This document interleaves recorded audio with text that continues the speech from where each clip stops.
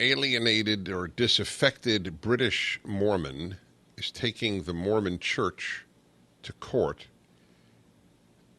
and in Britain, obviously the thing that is so disturbing is that a magistrate, a judge, has accepted this as a valid lawsuit, and the head of the Mormon Church of LDS, Latter-day Saints, is supposed to appear in court in Britain. I read to you from the Salt Lake Tribune, though you can see this, I got this originally from the Daily Mail in Britain. A man named Tom Phillips, he's a former Mormon bishop and stake president, and now I read from the article, asserts, among other claims, that LDS Church President Thomas S. Monson has, quote, made representations which were untrue or misleading, including all humans alive today are descended from just two people who lived approximately 6,000 years ago, to make a gain for himself or another. Now, I want you to understand, this, of course, is something that should have been thrown out of court immediately. You are going to sue religions for their beliefs and say, I could show they're not true, so they are therefore a fraud because people give money to that church on the basis of what can be demonstrated in court to be untrue. Wow.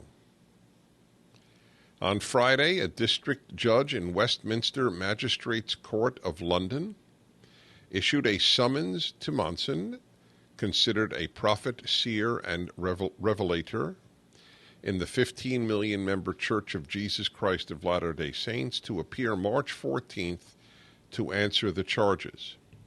British legal scholars, quote, expressed bewilderment at the summonses, saying British law precludes challenges to theological beliefs in secular courts, according to a story in the Arizona Republic. I'm sitting here with an open mouth, Neil Addison, a former Crown prosecutor and author on religious freedom, told the Republic, that is the Arizona Republic. I think the British courts will recoil in horror. This is just using the law to make a show, an anti-Mormon point, and I'm frankly shocked that a magistrate has issued it. The charges are based on Britain's Fraud Act of 2006, meant to prosecute those who misrepresent themselves or their organization to get gain. I got to tell you what's happening in Britain. Britain has, I've reported this periodically. Britain has arrested Christians who have opposed same-sex marriage. Now a judge has accepted a lawsuit against the president of the Mormon Church because of beliefs that the church has that they assert are not true.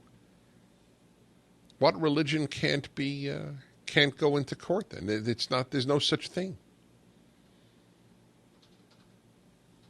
And you think there's no war on religion, or at least Western religion, Judeo-Christian religions in the West? This thing is very scary. The other thing that comes out just like a bolt, of clarity, is this man who brought the suit. You have no idea how often it happens that people who were committed to a religion and then leave it spend their lives trying to destroy it. These people, they are truly, they're extremists. Life, in other words, they were really committed. This is the truth. Oh, it's not all true? Then it's all false, and I hate it. These are, by nature, people who love to live in a black and white world. Now, I believe in black and white, but only in the ethical. Murder is wrong, rape is wrong, etc. I want moral clarity, but I don't live in their world. That's why I accept the beauty of so many different religions, providing I judge LDS like I judge within my own religion, by its fruits. What else do you judge a religion by, if not its fruits? You should judge everything by that. You should judge Republican and Democratic Party by its fruits. What else counts? What have you done? Is the average member of the Mormon Church in Britain or the United States a law-abiding person producing good children and a decent, good community? Yes. Hey, that's awesome, man. Why do you want to destroy it, you twit? You live your life to destroy? This Phillips makes me sick. And I know other people who left the Mormon Church who devote their lives to the same thing. Empty souls they are. Empty souls. And it happens with Catholicism. God, ex-Catholics who spend the rest of their lives debunking the church. It's quite something. You're listening to the Dennis Prager Show. 1-8-PRAGER-776. 877-243-7776. The Dennis Prager Show. A caller in Los Angeles wants to correct me. It's not the average Mormon, the vast majority. I meant that when I said the average Mormon. That's fine. They're upstanding. I'm a big fan of Mormons. How could I not be? How could you not be? How could you not be a big fan of people who seem to be among the most productive citizens in our society, have a fair number of children, the vast majority of whom are wonderful people, stable family life, charitable, productive, entrepreneurial? What's the problem exactly? You don't like their beliefs? So, ergo what? I judge people by their behavior, not their beliefs. That's a very liberating thing, incidentally. Very liberating. And so we have this case here, and it's very disturbing, of this ex-Mormon who has gone to a court in Britain and gotten a judge to order that the head of the Mormon church show up for fraud. Well, why can't the head of every single religion be brought in? If they're going to take their beliefs and say, well, we prove otherwise, or you can't prove that that's true.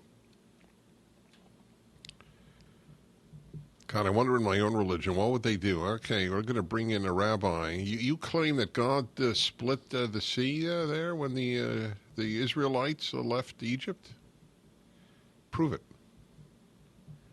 And you have people giving to your synagogue because you claim that God revealed himself at Mount Sinai? You don't even know where Mount Sinai is. You're guilty. Is there any religion, Protestantism, Catholicism, evangelicals? You couldn't have this, and a judge took it?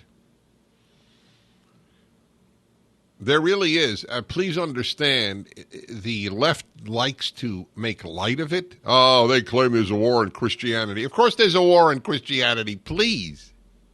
I mean, at least be honest that there is one. Hey, folks, there's this huge thing